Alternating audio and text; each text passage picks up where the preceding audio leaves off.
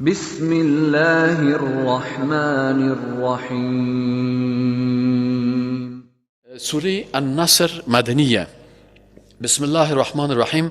اذا جاء نصر الله والفتح، اذا وقتی که بیاید ای در فتح مکه، وقتی که مکه مکرمه فتح شد و رسول الله صلی الله علیه و سلم با بسیار تواضع داخل مکه شد و اصحاب رسول الله صلی الله علیه و سلم با گریه و تواضع دعا کردند که پروردگارا این مردم هدایت بکن.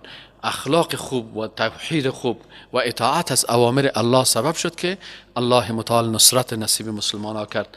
اذا جاء، وقتی که آمد نصر الله، نصرت الله، و الفتح و پیروزی، و رأیت الناس، و در این وقت دیدی مردم را یدخلون فی دین الله افواجا، که داخل می شدن در دین الله فوج فوج.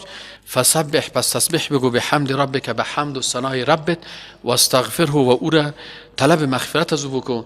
انه یقینا که رب تو کان هست توابا، بسیار پذیرنده توبه.